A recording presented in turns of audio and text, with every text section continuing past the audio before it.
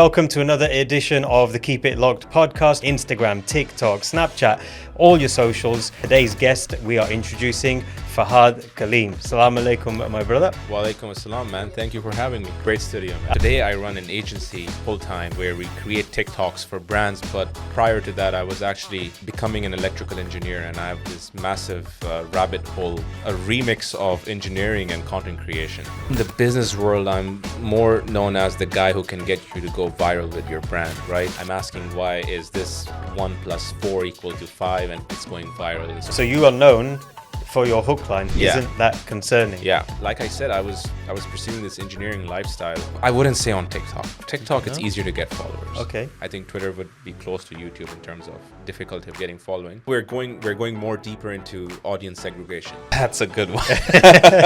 Yeah.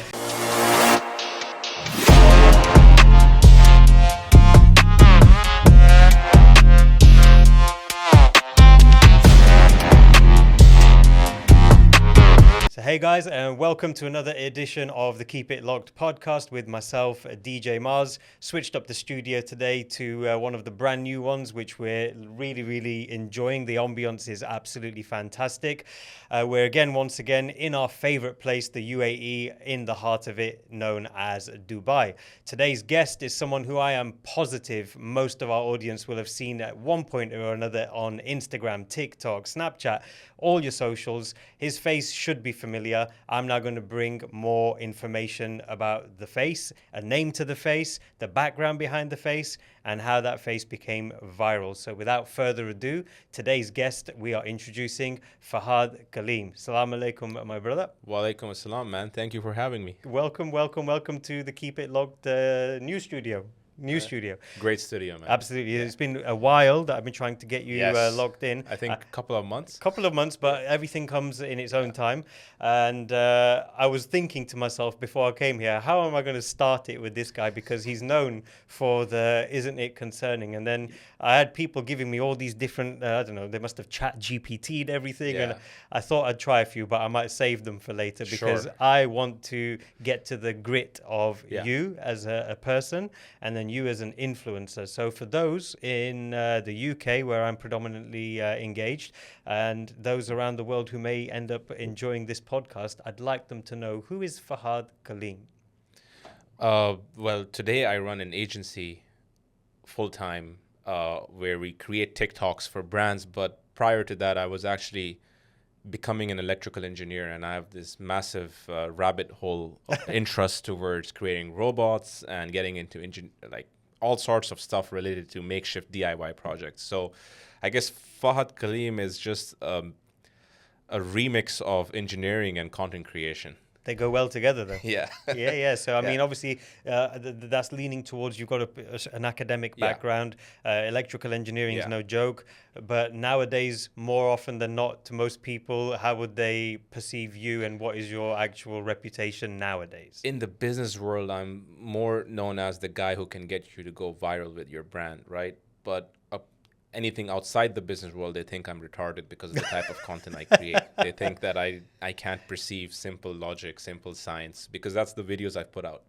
I'm asking, why is this 1 + 4 = 5 and it's going viral? And so people are it's like rage clickbait, where people are looking at something that's so obvious, and then I'm making it sound so serious at the same time, and then it ends with like, isn't that concerning? So a lot of the DMs I get are like, did you go to school? Do you understand laws of physics? and academia, Yeah. So you are known for your hook line. Yeah. Isn't that concerning? Yeah. So you will preface it with something which is, to most people, common sense or the opposite. Yeah. You'll negate it, and then you'll ask, isn't that concerning? So when you speak about it, it sounds like, wow, that's so simple. Sometimes it's like I did this video where I asked, if you were born deaf, what language would you think in? Now, that is not something that people would more commonly ask, but it's something to think about. So it's also thought-provoking questions. It's like questions that get you into like this trip, holy shit, it's been a thing our entire lives. Like, if you were born deaf, you'd want to know, like, what language are you going to think in? So You're laughing just Yeah, talking about yeah, it yeah. because you're also thinking in the back of your mind that some of these topics or some of the phrases, they might also be sensitive, Exactly. but that also ironically must push the virality of It it as does. well because It unfortunately toxic things go viral. controversial, conflict, yeah, toxic, you Did name it. did you set out to become viral? No, so like I said, I was pursuing this engineering lifestyle, and Twitter was where I was first very active, and I realized like one or two of my posts got some attention after like 2 or 3 years of tweeting that this is a thing. Like you can post stuff online and it can get attention. And so I kind of became very obsessed with the idea of creating something that gets more attention. Like I just wanted to replicate that effect. So when it happened the first time, I had absolutely no idea how it happened. And the only question I had myself, like any engineer would, like when you create something and if it works, how did it work? Correct. And so it just kind of started over there. And with a mix of some inspiration that I took from a few content creators that I used to watch back in the day, like Just Rain from Okay, on yeah. YouTube, Yeah. massive inspiration for me. So I always wanted to do lame comedy. Like it was something I enjoyed doing. I was the class clown. So when I saw this as an outlet, I was like, okay, let's do more of this. But did I think that I'm going to make money out of this someday? Is it going to become my literally how I put food on the table? No. I was always under the impression that I'm either going into engineering or like, and then I started doing some sales jobs for different companies. It's like, yeah, that's going to be how I'm going to make my money, and this is going to be like a hobby for me. But completely turned upside down. So people watching the podcast obviously would be that kind of audience who are active on social media because most of the world is nowadays. So Yeah. what we're trying to dig into is, I guess, what you just mentioned, like the root cause analysis of how did I do it so Yeah. I can recreate it or replicate it. And it sounds like you found a formula. Is that Twitter moment, was that the birth of the Isn't That Concerning, or No, no, did that no. come afterwards? Isn't that concerning came maybe 2 years ago. Wow. So that was now we're in 2025. I've just seen so many videos of Yeah, it that I there's would have like thought it's 700 videos of isn't My that favorite one is we always use the abbreviation IDK Yeah. for I don't know, Yeah. but it could also mean I do do know. That was one of my favorite ones. Honestly, bro, I saw that somewhere and I picked it up and I was like, I have to put this on the podcast. It has to be like it's unfair that this statement does not go in my execution, you know? Yeah, no. So 2 years of Isn't That Concerning? Just to run through some numbers, talk us through what your followership or following is like on each platform. Just for example, what are your main platforms today? TikTok would be the main platform at 3.9 million views. Sorry, followers. The views, 9 million followers. yeah, it was 3.8 like just last week. It just picked up, and I don't know what video worked. That's celebrity status, man. I wouldn't say on TikTok. TikTok, it's No? easier to get followers. Okay. You know, anyone can get followers on TikTok. It's harder to get followers on Instagram, and then even more harder on YouTube. And it's just like, I think Twitter would be close to YouTube in terms of difficulty of getting following. Instagram around 700,000. What one interesting metric that I looked at is you can actually see on TikTok how many impressions, so how many people see your profile, which is usually higher than the number of total views you get. Okay. So I had almost 600 million impressions in the last 365 days on Wow. TikTok. Wow. That's June, or I think it was February to February, 2024 to 2025. So that's insane. That's like almost 500 million. You're reaching over 500 million people. Yeah. Now, how much of that actually converts into following and viewership obviously goes down the funnel, but that's only through TikTok. Wow. I don't know on Instagram because I don't have access to those. Like it goes as back as 90 days. I don't know. And do you feel that you have to be active on multiple platforms in order to reach different audiences? 100%. There are some people who are just scrolling on YouTube Shorts and not on Instagram and TikTok. Like I personally know such people. Are you originally from this region? I'm born and raised in the UAE. So, yeah. so with the UAE, comparatively to the rest of the world, Snapchat is almost like abnormally used Yeah. in comparison. Yeah. Is that something that you would say is a tactical decision for any influencer who's looking to land in the UAE, that Snapchat needs to be part of their game plan? If you speak the language, yes, because more of the Arab audience is sitting on Snapchat. I'm not saying the Western audience is not, but just from a business perspective, whenever we're talking to creators or like brands who want influencers, they would want to work with Arab influencers because that community is sitting over there. But if you're coming from the West, you probably don't speak the language, so you're better off with Instagram or TikTok. Okay, so we're gonna dive into some more lower level stuff, right? But as a general question, more for education purposes for anyone watching, does followership translate into the dollar figures, or is it a combination of other things? Because can you have, if you've got over 1 million followers on one platform, does that mean you're going to be earning that much more than, or have the earning potential as someone who's maybe just got a couple of 100,000? It depends on the case. Now, if you're a business owner with 10,000 followers, and let's say your business is real estate, let's say you're a brokerage owner with 10,000 followers and 80% of them being investors, you're definitely making way more money than someone at 10 million followers.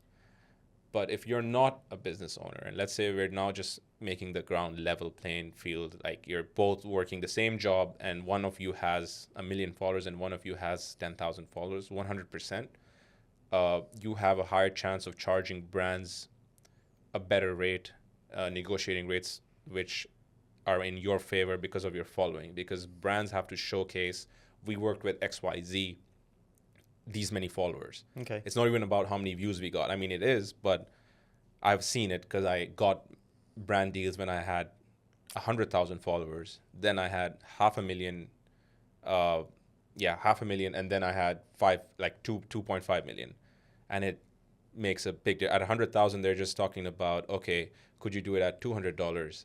But like when you're around the 700K mark, it suddenly spikes to like $1,500, $1,000. So your value proposition is in proportion. Okay, fine. So let's talk about the dreaded word around social media, something that I personally want to learn. So right now, audience will want to know it anyway. This one's just aimed at me because I want to learn from you as well. Yeah. Algorithm. It's almost as cliche as the word matrix when Andrew Tate's using it, right? So the dreaded algorithm, what the hell is it? The algorithm is the people, man. It's the viewers that are sitting on the other side of the application. That the algorithm is like a broker that is trying to find out what the people want to watch. When you post a video, and I'm going to speak strictly for TikTok because that's where my experience lies mainly, the algorithm is going to suggest it, and it apparently came out recently in the news as well, that they explain how the ranking system works. The algorithm is going to suggest the video to 3 people, and then 10, and then 50, and then 100, and then 1,000. And depending on how the viewers engage with that video would either reach 1 million people in the next 1 hour, or maybe just another 10,000, and it'll keep experimenting. So that to me sounds like that's been coded. Obviously, the algorithm has a technical component, but you're talking more about the social component that gets combined with it as well. So when I'm trying to make something go viral for anyone, or even for myself, I'm asking myself, if this video ends up in front of a 10-year-old or a 60-year-old or a 25-year-old, and if they are sitting in their car in traffic or at home in bed, how are they going to respond to this video? And it's almost impossible for you to predict that without having access to like some insane data, right? You need data to predict anything. So if you're starting out and you don't have that data, you're left with the data that TikTok gives you. So that's when you scroll on TikTok and you see what's going viral. So a lot of people will try to mimic or copy existing content for that reason, because if this worked for Fahad when he did this podcast, there's a likelihood that if I do this, I might run into the same audience. But it's a trial and error process. It doesn't, just because it's working for me, it might not work for you because the algorithm fails to suggest it to those exact same group of people. So I can't just walk out of here and make it Isn't That Concerning video and there's a page right now in India, goes by the name Real_facts. He's actually a friend. I followed him and we followed each other. Okay. Bro, he's done exactly what I've done. He's on 1 million followers on Instagram. Wow. Word for word. Now, in fact, we copy each other every now and then, like, because he's done it so much.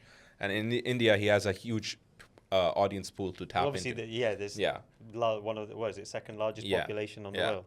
And TikTok is banned there, but Reels is open. So on Reels, he has a dominance on that structure. Like people tag me like, "Hey, are you copying this guy?" Yeah. So I mean, look, I was going to jump into these. I've got all my Yeah. notes here. I've gone Yeah. through it already in my head. TikTok being banned and censored. I mean, it's still being one of your main platforms, tactically or strategically. Does that not lean in on your roadmap or your plan? That TikTok's obviously a very volatile word in Yeah. most places at the moment. I think there's a lot of legal cases going on. Does that?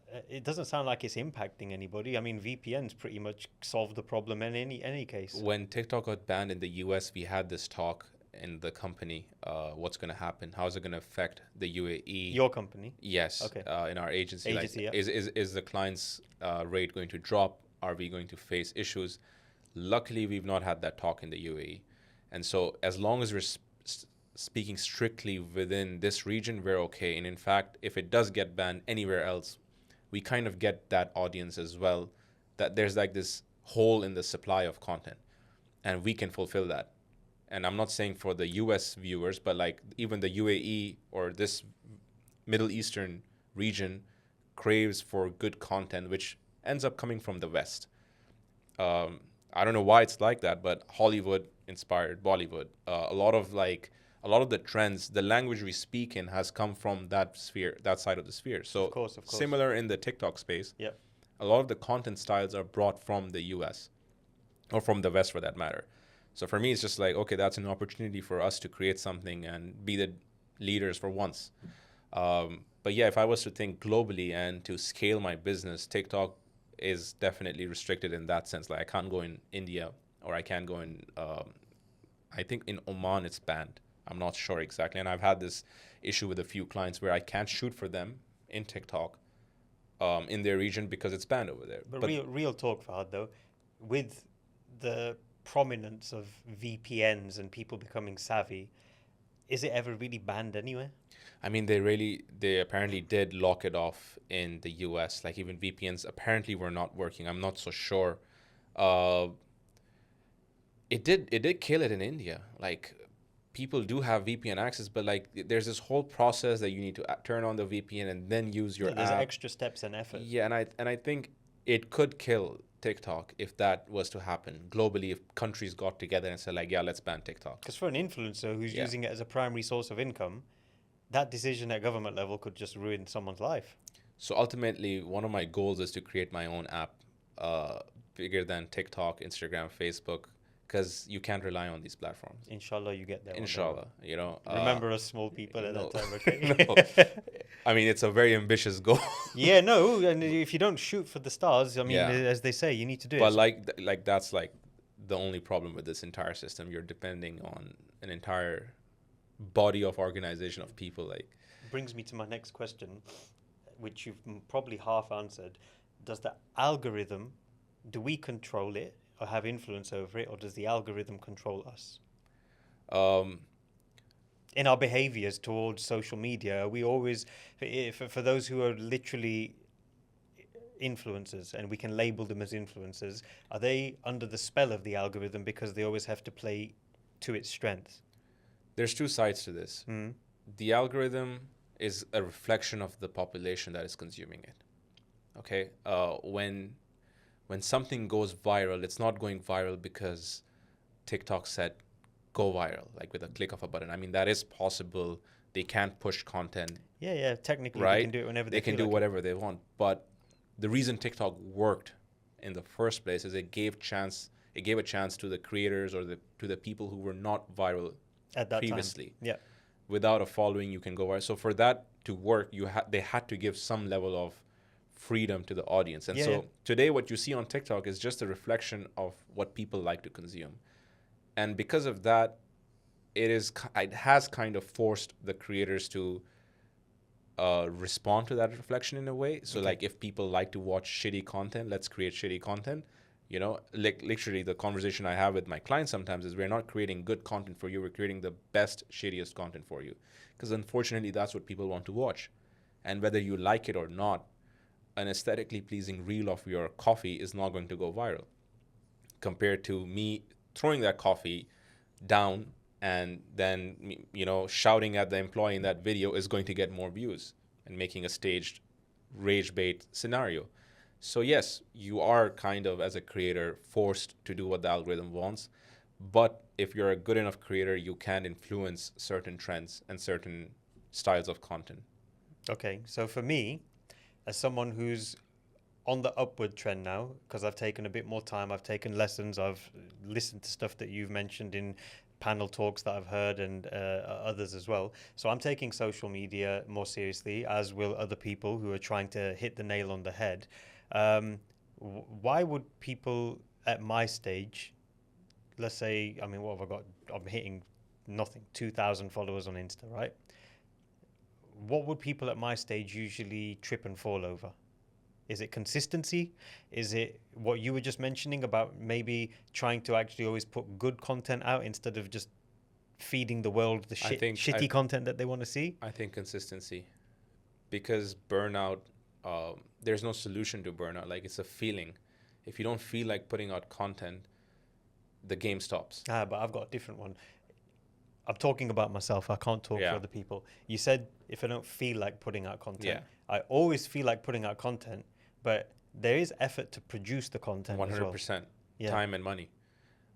So if you, for whatever reason, the content that you're putting out, let's say that that's not an issue anymore for you. The consistency part is not taken a factor. care of. Yep. Then it would be your ability to analyze what is working and what is not working, even at the micro level. Some videos will get 500, 300 views. Some might get 50, 70 views, and then some might get 1,000 to 2,500 to 3,000 views. So you keep talking about views. Yeah. I'll let you finish, but I've got a question afterwards. So your ability to analyze why what is working and what is not working, and then being extremely critical, like almost brutal, like, yeah, this is not good, and you might have put a lot of time and money behind it, is going to be what you trip over at a certain point. So all you mentioned there was views. Does that mean that they're more important than likes? I mean, views is the sum of all the other metrics behind it. What does that mean? The number that you see when you're looking at the video behind it, like on the screen. So on my reels on Instagram, for example, I'll look at my grid, and I'll see a range of between 2,000 views to 11,000 views. Let's say 11,000 is the figure we're looking at. When you click on that, then you see the likes, comments, and shares. The first metric that you're seeing. Okay, understood. You know? Understood. So, yes, views are the most important metric when it comes to the algorithm ranking your video. Even in the document that was released on TikTok, and all these founders have spoken about these, watch time, which translates to views eventually, is what allows a video to go viral in the first place. So if a person repeats your video twice, that's like the biggest tick for the algorithm to recommend you to more people. Okay. So that automatically makes views the most important. Obviously, likes are important, comments are important, shares are important, but views would be the biggest one. You can never have more shares or more likes than the amount of views you have. It's impossible for someone to like a video without watching it. Obviously, if they watched it they have to achieve. You're saying they would have had to achieve the tick on the view, in order to then have pressed the like button. Okay. Like, you can't just look at a video, like it, and skip. No, you have to finish it. You have to finish it, or like at least you finished 1 second of it before you press the like button, or a microsecond of it. So that's why I consider views the most important logical metric to look at when analyzing your videos, and then I treat the other metrics. So this is literally platform independent. YouTube views are important, TikTok views are important, Instagram views are more important. I'm strictly speaking for Instagram and TikTok. YouTube, I haven't faced real success, but from what I've learned in the last year, thumbnail click-through rate is a very important one. Views are, again, also important, because that's how you really get to know whether... Thumbnail click-view rate, yeah? Yeah. Guys, thumbnail click-view rate. That's what we've got to work on. Yeah, no, 100%. Yeah, because this is YouTube, right? Bro, if your thumbnail is not strong enough, so I've heard on YouTube from Mr. Beast and all these other podcasts that I listen to, if the viewer never got through into your video, you're never going to get that view. And to get the viewer through to click to your video, you need to have a good enough thumbnail. Yeah, or a good enough title. The boys in the team have been giving me that since the beginning. Yeah. You know, so they do A/B testing with it and everything. There are some creators spending half or maybe more than half the time that they spend on editing and creating the video than They are on the thumbnail. Mm-hmm. So Clickbait. yeah. Okay. So we're going to move on to the fake side of Yeah. social media and influencers. But when we hear the word fake, first thing that comes to my mind in conversation with, yeah, they bought fake followers, Yeah. they bought fake likes, they bought fake views. Now, the second thing I get told when I'm being re-educated from people like yourselves who own agencies is that that can actually have a negative impact on your algorithm. Yeah. True or false? I think true, because let's say you bought 50,000 followers for your Instagram account, and they all came from somewhere in Egypt or China, and the audience that the content that you're creating for a specific audience is not that audience. So now you have 50,000 followers who are never going to watch your content. So what? I'm a computer scientist by my educational background, and I'm in tech full time today, right? So this is like the side Nice. hustle. Yeah. So I understand software Yeah. to its core. I understand AI almost Yeah. to its core. That's what I deal with every day. Nice. Whenever I thought about fake followers or like, I just thought they were all bot accounts. They're not actually. So how does it work? Not that I'm going to go do it, or not that I'm expecting that you've obviously seen people Yeah. with it. So are they actually real accounts? Some of them go as far as creating bot farms where there are actual people sitting and clicking. Apparently, I've heard. Well, like a full-time job. Yeah, like this is a job in some of these countries where they get paid per click kind of a situation. And I've heard, I don't know if this is legit.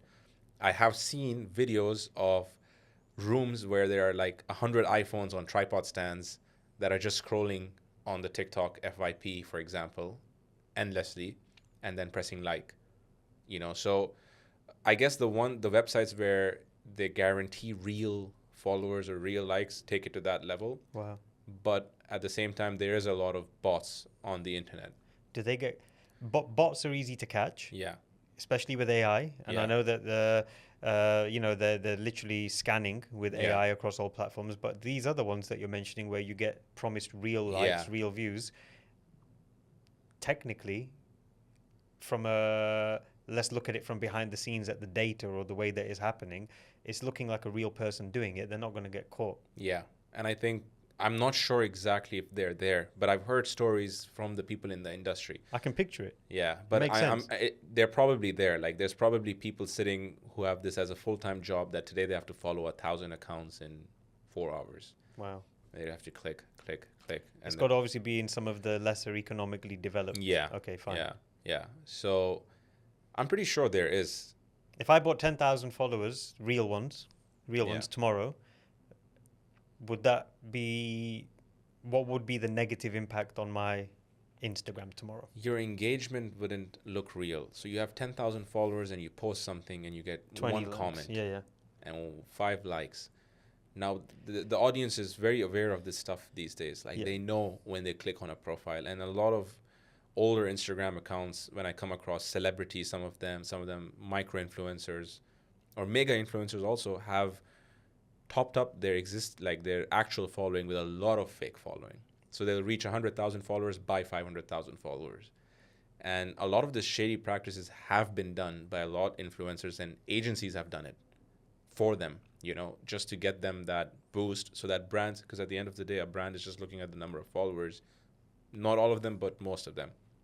So you're telling me that brands are not educated enough to well, avoid I the hope scam? they are today.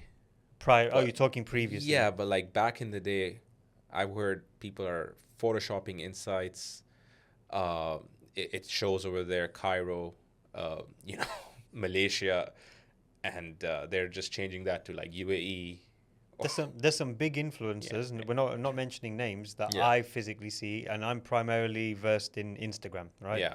I've got someone else dealing with the TikTok because I really, it was a time thing and a knowledge thing. Yeah. So, and we'll have a chat about it because I obviously wanted to dive into your agency stuff as well. Inshallah, we can do some work together. So I always get frustrated by two things. One, when I see seemingly perfect lives of influencers on social media, but then that thing which you just mentioned where their likes, their comments, their viewership doesn't match the number of their total following. Yeah.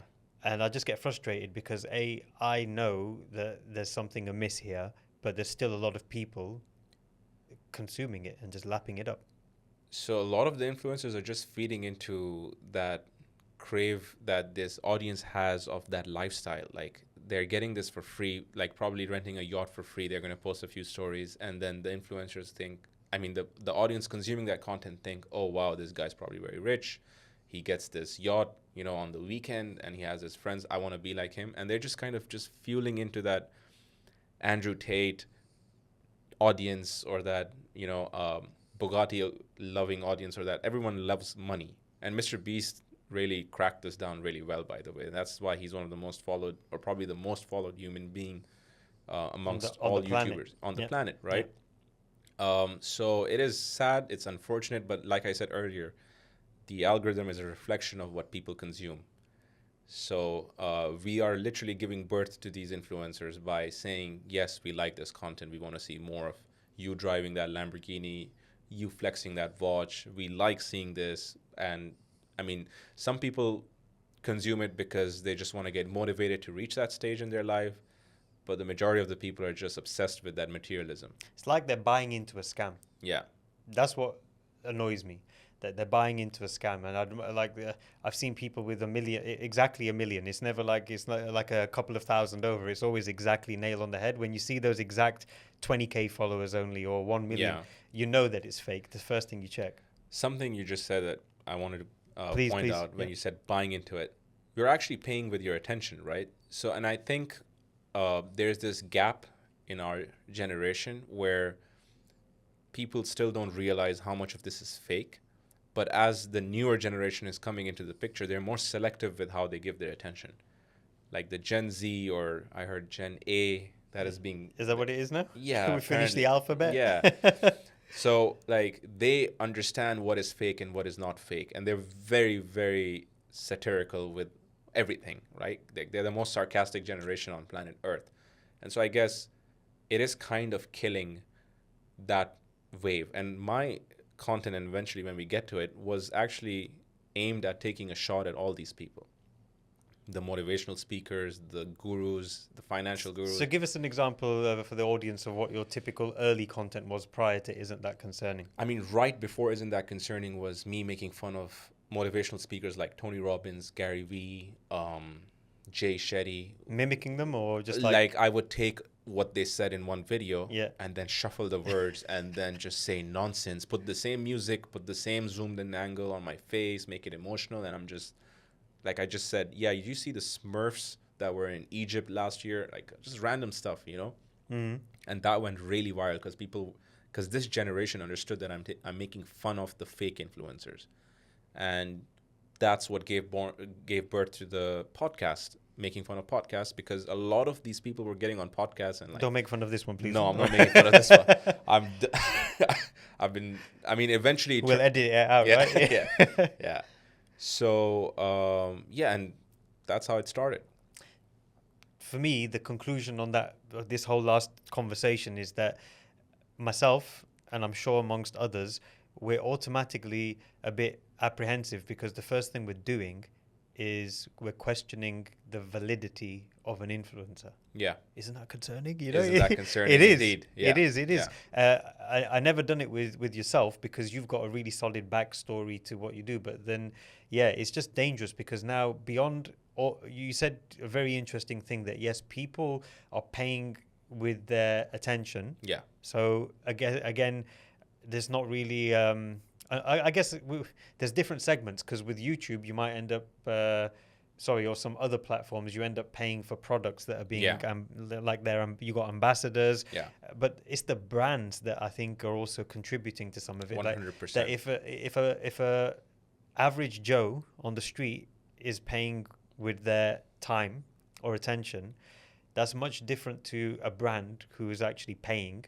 Yeah. The same influencer X to then go and further influence these people, which will then it ends up turning into money, right? The brand wants that average Joe's attention, and if it's not getting it through a billboard or a commercial that they created, then they're gonna get it through that influencer who's pretending to be someone, and that's exactly what the brand wants. So that's kind of why I didn't go down the route of brand deals and becoming a full scale. You know, like a lot of people did, but like I did not convert my my own reach into my business. That's admirable, but I'm also a bit confused because you had the potential to just Yeah. do it. It was at the click of a finger almost, Yeah. right? Was it just the ethical piece, or in your mind that just told you that it wasn't a good route to take, or I mean, I didn't believe in it personally. Like, I didn't believe in the thing do you that believe in it now?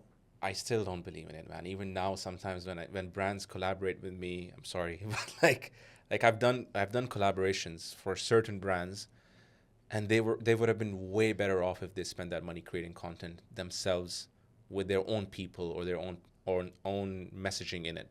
Because what they've done is they're thinking that they're tapping into my audience, but they're not, because the second a brand tells me what to do in my content, it's not going to reach my audience. It's going to reach theirs. It's not going to reach, it's just going to reach a new pool of, because the algorithm is constantly trying to find the right set of people that can make it go viral.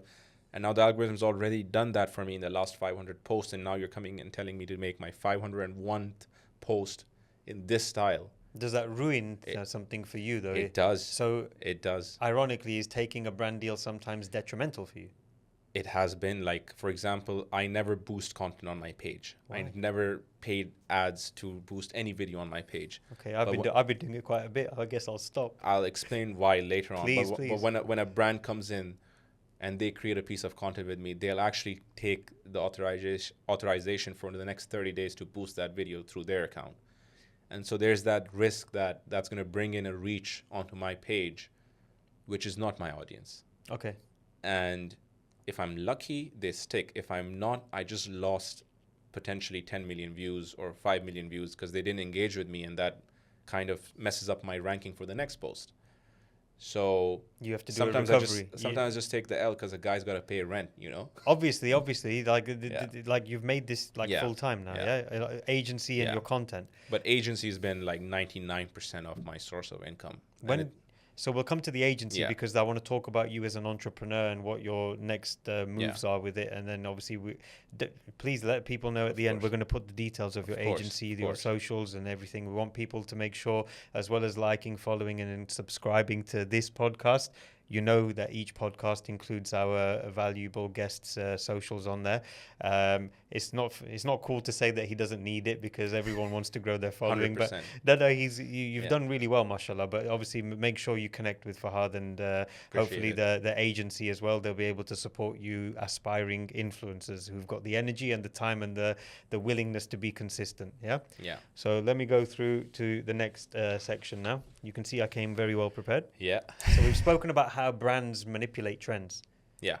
Mildly, because things go trending, and I'm probably a little bit older than you, but you've obviously coming from the Twitter era. You're probably just a few years younger than me, but I don't know. I just remember stupid things. The first trending thing that I can remember when I actually paid attention to social media was like the ice bucket challenge.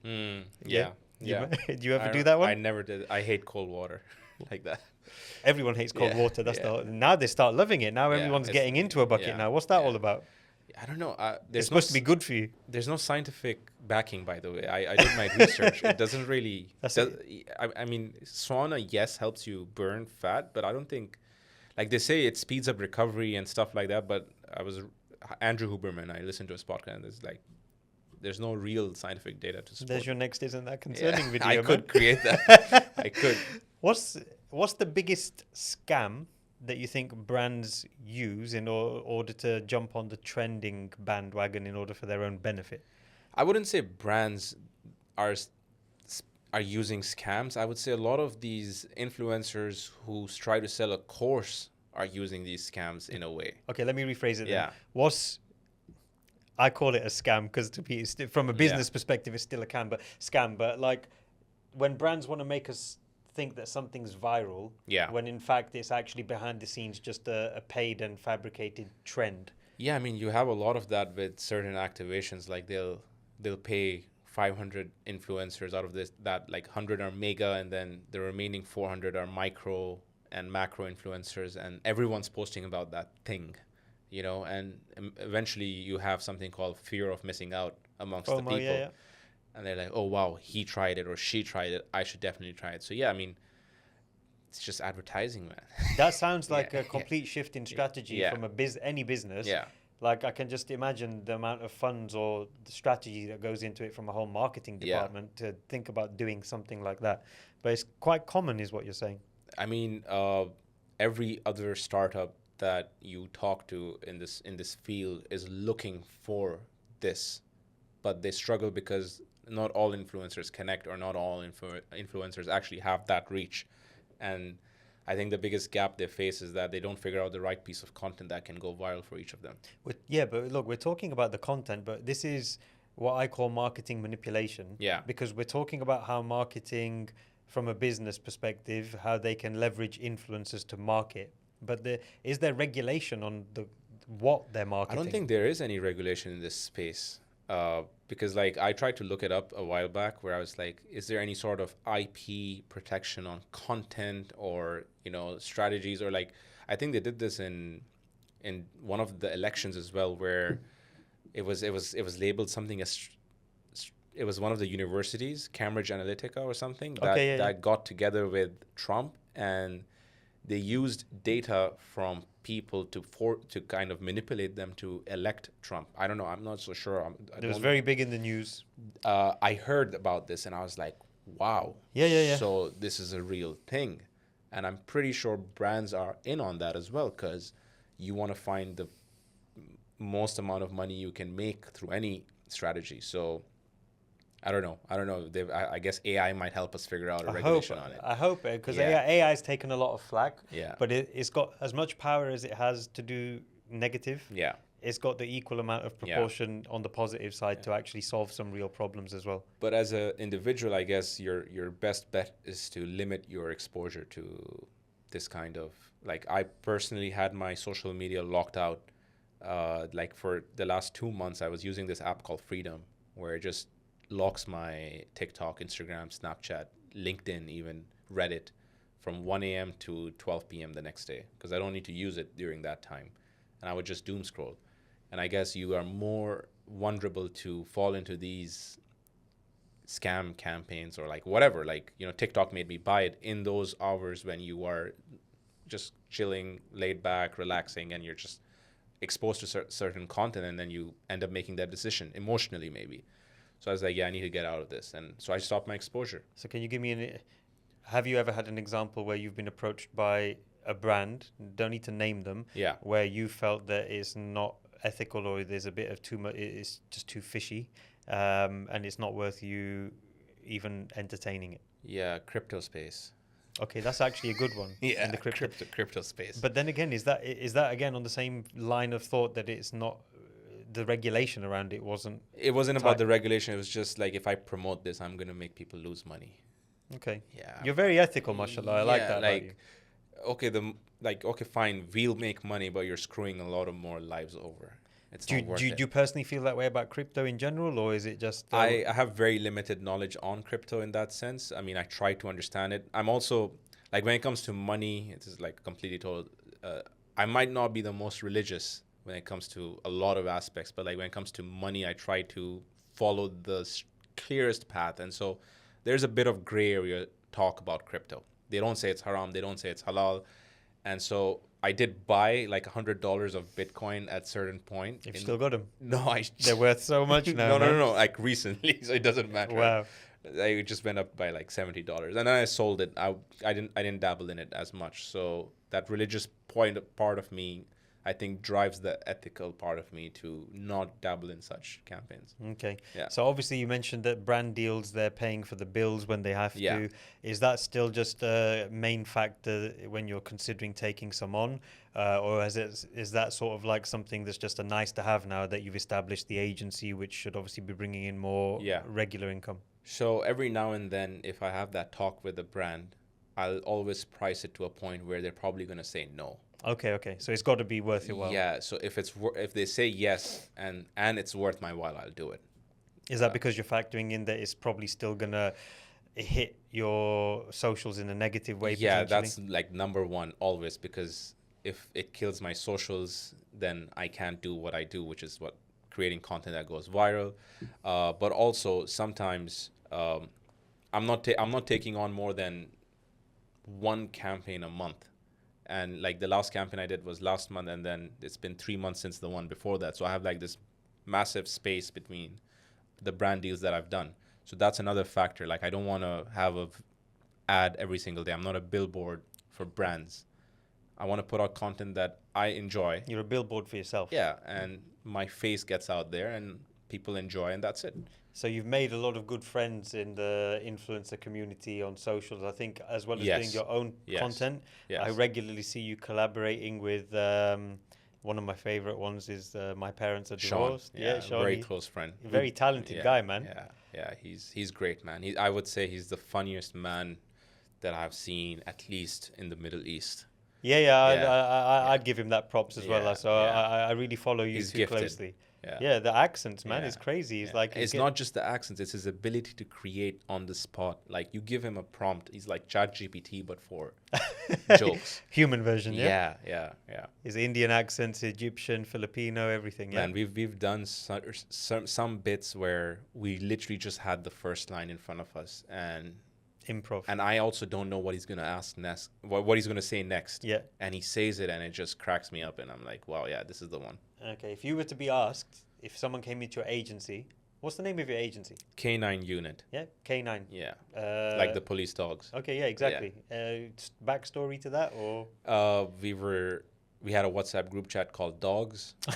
like what's up, dog? Like our parents called us dogs growing up. What? So, yeah, yeah. Like that was a common name thrown around in the house. Urdu? In Urdu, Yeah, me too. Okay, yeah. fair play. Yeah, it's like we just kind of Son of a dog and stuff. yeah, we just took the piss out of it. Like, yeah, let's name ourselves Dogs, right? And then when we were sitting in the economic department to name our company, we were like, how can we say dogs but more politely?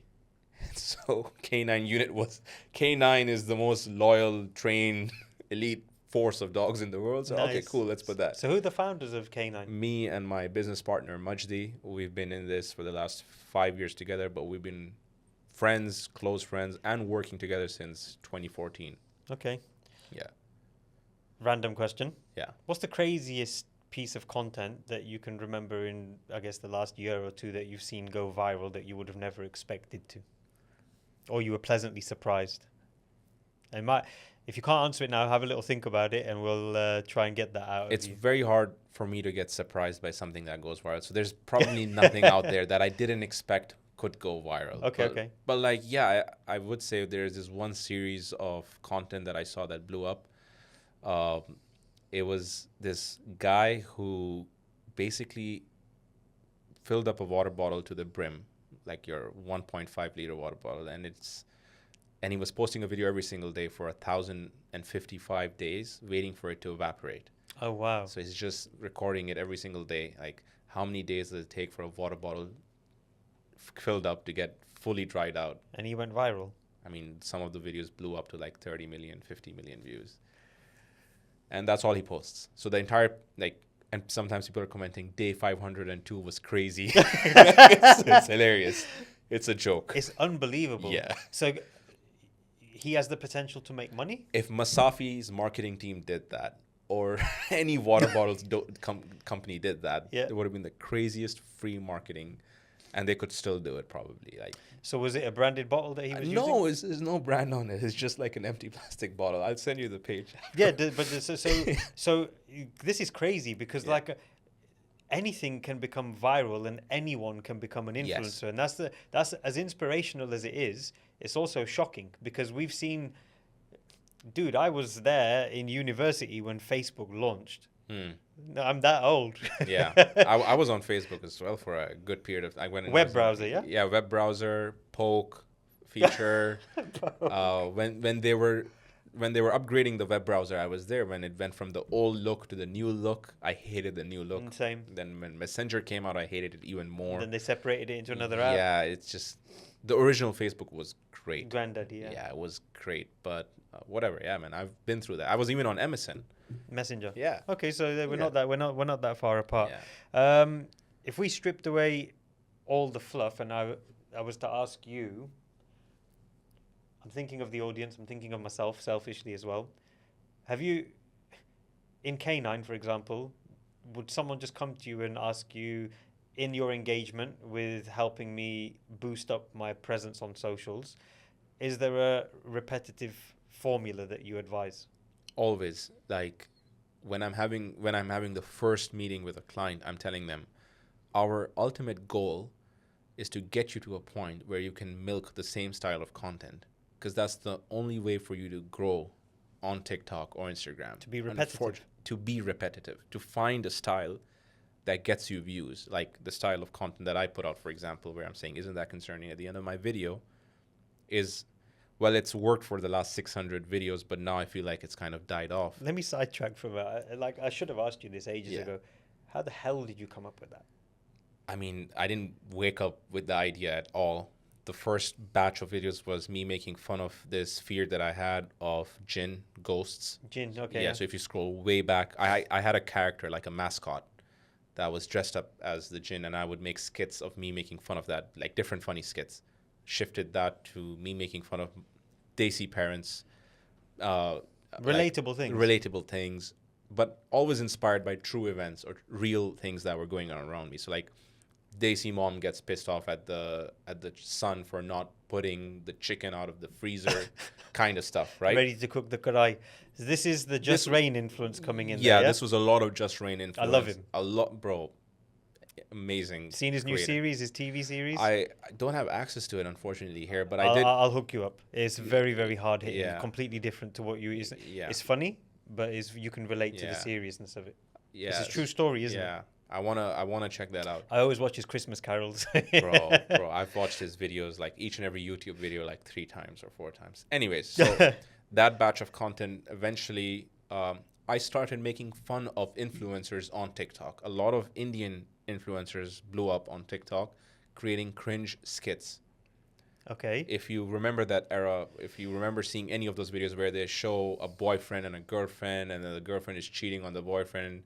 Oh, it's like Star Plus drama Yeah, kind of stuff. like Yeah. they're walking together, and then the guy's holding the other girl's hand from behind. So I started making fun of those skits.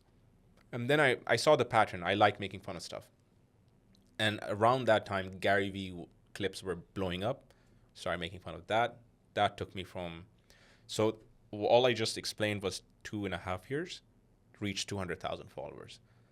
The next 3 months was me jumping from 200,000 to 700,000 followers, just copying my same style of content, making fun of Gary Vee. That skyrocketed me all the way to 700K. Did he ever kick off with you, or? I mean, I met him once at this exhibition, and I actually showed him the video, and he laughed at it, but Okay. whatever. Yeah. 700K to like 1 million was another year, because it worked, but it's not going to work and bring me all the way to 1 million. So I kind of also got bored. Like, imagine you're doing the same style of content every single... And I was posting 3 videos a day back then. Okay. 3 'Cause TikToks a day. 3 TikToks a day, because it was that easy to make, and it was that simple to execute. So I was like, why not? And it was getting me the traction. It was getting me the followers. So just for like people who want to do TikTok, when you're saying it's that easy to make, was that in the native app? You weren't doing any crazy Some editing? of them were in the native app. Some of them were just a video that I recorded on my camera. No microphone even. Actually, I used my other iPhone as a microphone, recorded the audio, and then put it in the editing app and synced it. A little bit complicated, not just a little bit, like 5 minutes more editing. Yeah. Posted. Wow. Right. Because that's a good work rate. Yeah. And then I saw podcasts. Okay. I saw this one channel, you can look it up, called Jumpers Jump Podcast. Jumpers Jump. 2 kids, American, I think, making conspiracy theory videos. So they're like, hey, did you hear about this conspiracy about the Area 51? And every single video is the same way. I'm like, I'm going to do this, where I make fun of conspiracy theories. Started off like that, and then I saw it didn't work as much, dropped it, went back to that, and then started again, trial and error. And then after 9 months, I was sitting at this podcast studio, and I shot this clip of mine again as a podcast set, because I was trying content. A podcast skit. Yeah, I was just trying till I figured out what works, and I tried this, and I accidentally said, "Isn't that concerning?" Okay. Like, you make a bit, and then you just kind of improvise, and I ended it with, "Isn't that concerning?" I post the video, and I see people are commenting, "Isn't that concerning?" This is like 3 years ago, I think. Yeah, 3 years ago. I was like, okay, I'm going to do a bit more of this, plus the other stuff that I was doing. And as I saw the traction pull up again, I reached like 1.52 million followers. I was like, yeah, this is all I'm going to do. I reached 3.9 million followers just doing that. So it's been 600 videos. I didn't bother changing my style. I was like, I have to run the agency and I have to run my own content. Let's just milk this to the last drop. So yeah. So you're still on that isn't that concerning wave? How do you figure it? How do you come up with the content nowadays? Like, bro, you go on Reddit, you write shower thoughts. You go on Google, you write thought-provoking questions. In my own comments, people are sending me stuff. So you're getting fed content. Yeah, it's like a machine that feeds itself. Every time I post a video, people are sharing their own thoughts on that video, and some of them become a shower thought, or some of them become a thought-provoking question. Things sometimes that I find interesting myself, and I'll just put that up. And I always have like a notes filled with like 50, 60 ideas that I'm like, we might have a conversation and I pick up on something and I'll write it down. But like just last week, I think I decided I'm going to kill Isn't That Concerning? Oh, man. Because I got sick and tired of doing it. It's been like 2 years now. What? So, yeah. No. But I'm not going to completely kill it. I'm going to slowly kill it off. I used to shoot it in my Mercedes van. And the back, I had this whole setup. You retrofit a van. Yeah, I sold that van off. Oh man! So I forced myself to not shoot that type of content. So you're not going to see any more podcast look videos. You might see the Isn't That Concerning element to it. You can always come here, man. Yeah, yeah. We were just talking to Ahmed about that. Yeah. But like, I have to push myself. Last one here, by the way. The last one. And Yeah. I think he can make a face as well. Yeah. It's a concerning Yeah. face. Yeah. I had a few to ask you about. Yeah. Isn't that good? No. I'm obviously you're I'm pushing myself to step to the next level. evolve in a way, because if I don't, then what's the point of all of this? I didn't start this to do Isn't That Concerning. For the rest of Isn't your That life. Concerning found me. I didn't find Isn't That Concerning. It's time to find, let something else find me. You know. But the Isn't That Concerning thing, most people would crave for something like that. Tell me about how it makes you feel, because this wasn't a planned journey for you. Yeah. You're supposed to do the proper Pakistani thing and become Yeah. an engineer Yeah. and then live a good life like that. Yeah. And the norm. But then you stumbled upon virality. Just explain how it made you feel knowing that you are, and validly so, an influencer. How does it make you feel? I don't think of it like that. In fact, a lot of influencers feel self-entitled, because I've dealt with influencers. I used to work in a company where I was managing influencers, and they had like this diva feeling to them. I never got to experience that. Like even today, I hope so. You're not a diva. no, like I never got to experience, like if I Ego. go to a place, or let's say I'm working with a brand. All right, guys, do this for me. Like do this, like that sense. I've always been like, yeah, let me set this up. Let me figure this out. I'll do my thing. I don't want to trouble you, and I'm out of here. Like I guess it's more of like how you embrace power, because you have a certain power when you have this influence that you can tell people and they'll do it for you, because, oh, okay, he's a celebrity, or he's this, or he's that. But I'm like, why should I? Like, I can just do it myself. It's faster if I do it myself instead of me explaining it to someone else. That's probably more down to you as a person as well, though, right? The way Yeah, you've been like, brought up, yeah. the humility. But Yeah. like, you know, you're the most viral person that sat on my podcast, and we've recorded, we're nearly in the between 10 and 20 so far. And the fact that you, with all that following, you're sat here is a sign and a credit to you for your humility, bro. So I appreciate Yeah, it. But no problem, man. it's like, to me, you've cracked the code to social media, and I would have just carried on. The code's cracked. It's like Neo in the Matrix, where he's just stopped all the bullets and he's Yeah. got. You could just keep going and flying now, man. But like, short form content creation is, I think, like just level one of the problem. The problem is long form content creation for me, which is like a bigger issue that I need to solve. So if I don't put my effort and my focus on that, I'll always just end up doing this one thing, and I'll only be known for this. And I'm not really solving, or I'm not really providing, in my perspective, real value through this short form content anymore that I create. It's a good laugh. I enjoy doing it, but I don't enjoy doing it as much. And it might sound selfish, but like, I started doing this because I enjoyed it. For fun, yeah. Right. So I didn't start doing it for the 3.9 million followers that I have today. No, okay. I started doing this because I found it funny, and it was something that I killed time with. I put my time, my money, and my effort into it, and now I want to put it in something else. Yeah, so like, Yeah. over the years, we've seen there's a period where YouTube videos were just like the go-to for Yeah. consuming.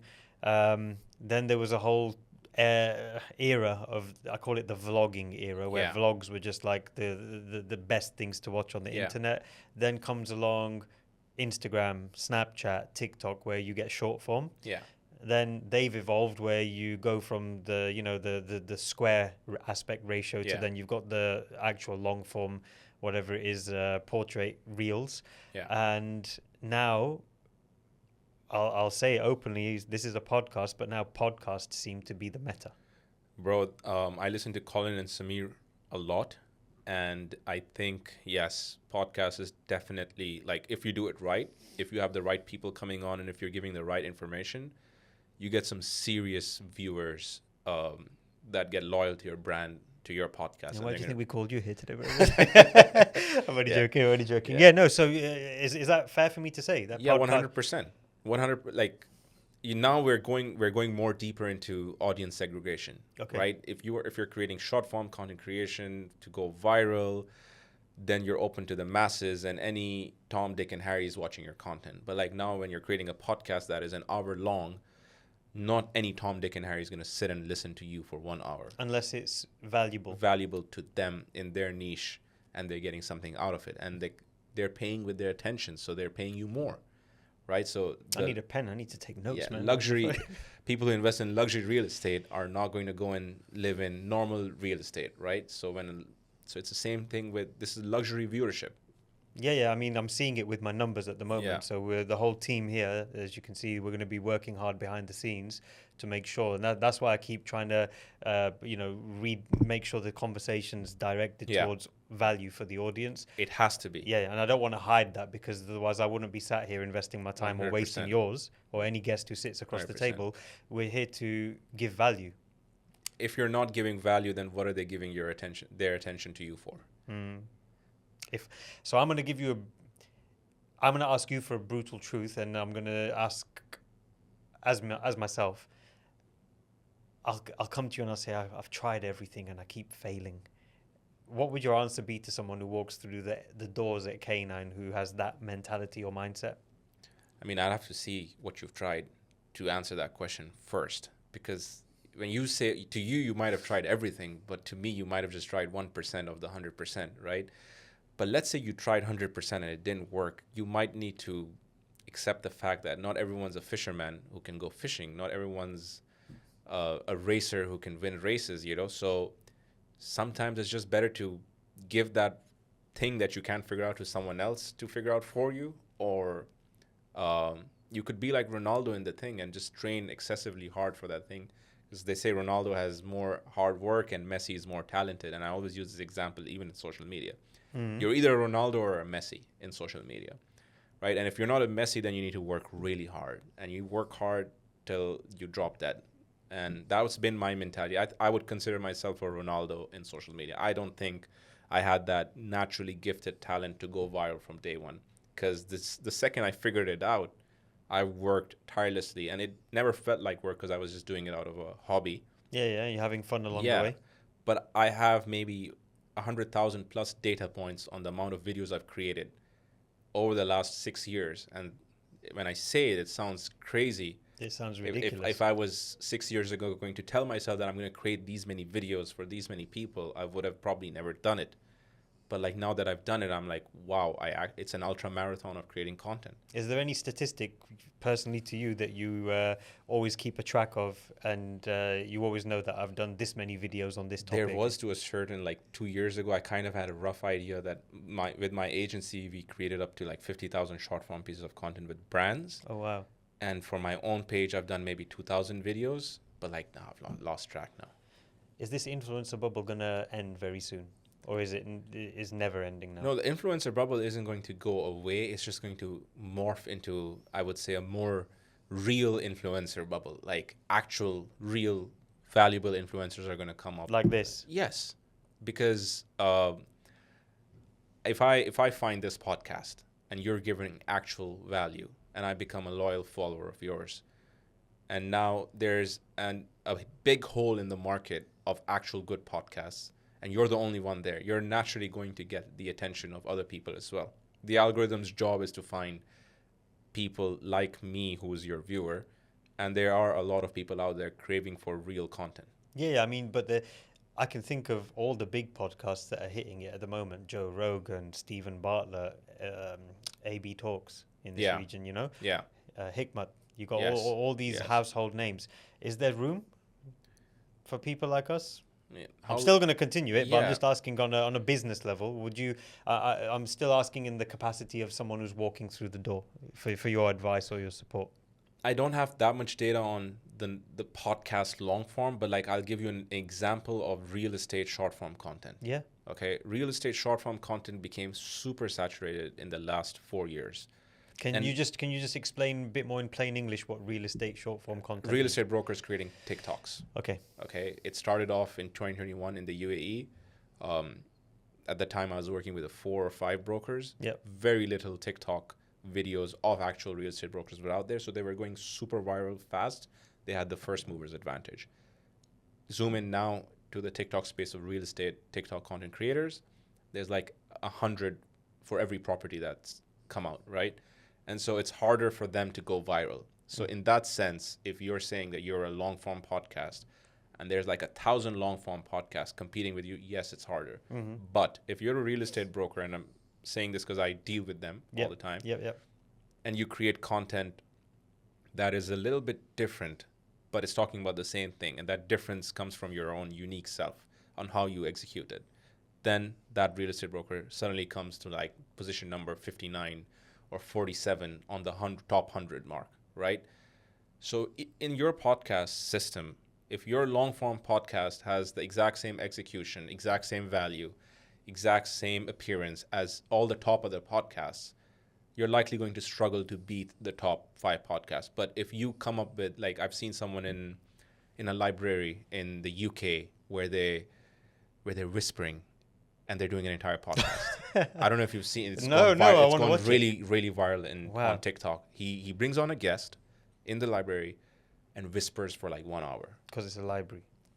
And Ingenious. he's blown up. He's done really well. There's another one who's doing it on the metro in the UK or in US. I don't know. He's holding the microphone on the card. It's not. I think he does clips only. I don't think he does entire podcasts.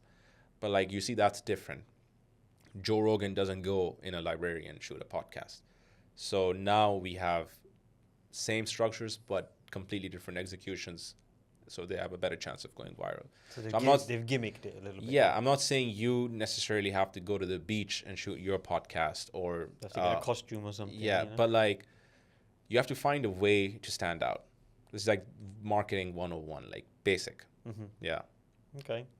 This has been very insightful, and I think I've taken a lot more from this podcast in, I guess, about an hour than I would have expected. And I think I want to continue the conversation with Sure, you. man. I encourage viewers to continue the conversation with you. But back to the formula question: if there was A plus B plus C, however many, I'm assuming consistency. You said would be Consistency would be the A. Yeah. B would be analyzing the result or the output of the consistency. Is it going upwards or is it stagnant or is it going downwards? So how easy is it for me to do that? If I look at my Instagram now, is it this professional? How many videos have you posted in the last 1 week? Okay. Are you asking me now? Yeah. Probably 6, 7. Right. Okay.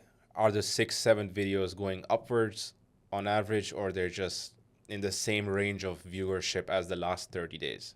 I will. Okay, so let's do this. Let's do 6 because it's easier.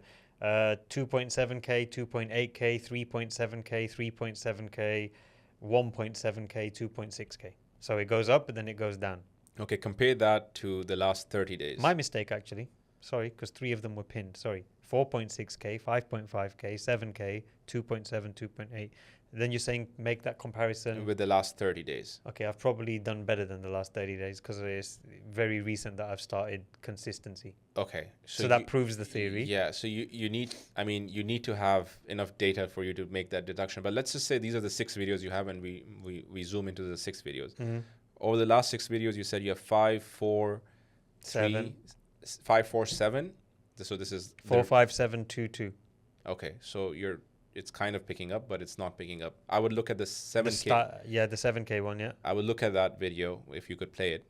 So I've just been working on an edit of a Punjabi banger. For those of you who are DJing Punjabi events, you know, Deji Panu, Mani Sandhu, Prem Lata Forever. So it was just me announcing an edit that I've launched for the DJs to download and use at their gigs. Producer, I wanted to put my own spin to this. Hope you like it. It is out now. Okay, so clearly people are liking you adding your own twist to an existing track. I would look at other creators and how they've done it, and I would make more clips like that. But As in the style of the video, like yeah, that. Okay. I would do the same video again, maybe. Okay. Yeah, Okay, that's what we're going to try then. yeah. But with something with maybe a tune that is more relatable or more nostalgic. Yeah, so I'm thinking like your 90s R&B Yeah. kind of stuff Yeah. and that kind of thing. Okay. I had some, like, not clickbait, but I was trying to think of, can I feed Fahad with some Yeah. content for Isn't That Concerning? And I thought, how do I make it for the DJs? And then I just had a few that came through. Sure. And it was like, if every DJ is unique, why do they all go and play the same songs in the club? That's a good one. Yeah. Yeah. Very that's- simple, very yeah, basic. Isn't And that then, concerning? isn't that concerning? And Yeah. why do we call it a live set if all of the songs were recorded before? Bro, that's really good. That's a really good one. Yeah, go for it, man. It's yours. You can have it. Wow. Isn't that concerning? Yeah, bro. What's not concerning is that you made time for me today, and I am so grateful to you. Thank you for having me. I learned a lot from you. I'm hoping everyone on the podcast learns. As I said before, like, follow, subscribe, and support this podcast. It is out on all your favorite platforms. Fahad and his K9 agency, which is as ruthless as he is on social media with virality, they're going to be also placed in the links. The links are going to be placed in the description. Please make sure you like, follow, and support him, and keep an eye on what he's up to. And again, if you're looking to jump into this social media world, if you're looking to target virality status, take note of some of the conversation topics that we touched upon today. And for now, ladies and gentlemen, and always, keep it locked. Thank you. So guys, that's been another fantastic episode of the Keep It Locked podcast. I really am passionate about keeping this going. So please do not forget to like, subscribe, and follow on your favorite platform. Links in the description. Please do check them out. If you'd like to eventually be on the podcast with me one day, absolutely a possibility. Please reach out to us. The email is also in the description. Until then, guys, keep it locked.